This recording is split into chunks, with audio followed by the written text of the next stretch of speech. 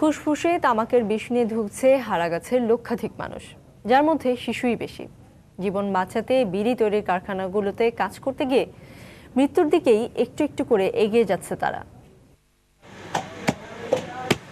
বিড়ি শ্রমিক মায়ের সঙ্গে কারখানায় আসা ফুটফুটে এই শিশুটি অজান্তেই ছোট্ট ফুসফুসে নিচ্ছে তামাকের বিষ। এখানকার 90% মানুষ এভাবেই আক্রান্ত হচ্ছে যক্ষা, হাঁপানি সহ যকৃতের নানা অসুখে।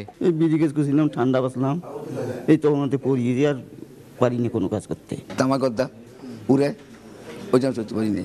বিড়ি শিল্প সমৃদ্ধ এই শহরে 31 শয্যার বিশেষ একটি হাসপাতাল থাকলেও ডাক্তার, নার্স, ওষুধ সংকটে নিজেই এখন রোগী। এখানে আমাদের যেহেতু প্যাথোলজি নেই, কিছু কিছু সুযোগ সুবিধা আমাদের এখানে নেই। আমাদের এখানে নার্সের খুবই স্বল্পতা।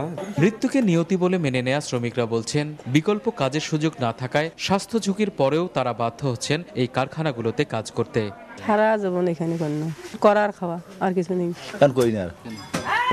আর মালিকদের কথা, কারখানাগুলো চালু থাকায় কাজ করে জীবিকা নির্বাহের সুযোগ পাচ্ছে নিরুপায় হাজার হাজার মানুষ। আমি দুনিয়াতে আসছি, আমার দ্বারা যদি 10টা লোকের উপকার হয়, এটা কে না চায়? এই মতো যে বিড়ি সব তুলে আমাদের 1 লক্ষ লোক এই হারাগাছে বসবাস করে, এই লোকগুলো কোথায় যাবে? এদিকে তামাক বিরোধী আন্দোলনের কর্মীরা বলছেন, উপযুক্ত আইন না থাকায় এর সর্বনাশা বিস্তার রোধ করা যাচ্ছে না। শুধু আইন প্রণয়ন করলেই হবে না, এই আইনের যাতে সঠিকভাবে বাস্তবায়ন হয়।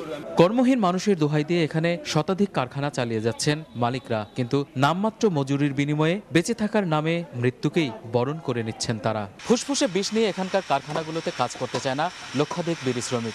তারা চায় বিকল্প কর্মসংস্থানের, আর এক্ষেত্রে সরকারকেই অগ্রণী ভূমিকা নিয়ে এগিয়ে আসার আহ্বান তাদের। রতন সরকার, সময় সংবাদ, হারাগাছ, রংপুর।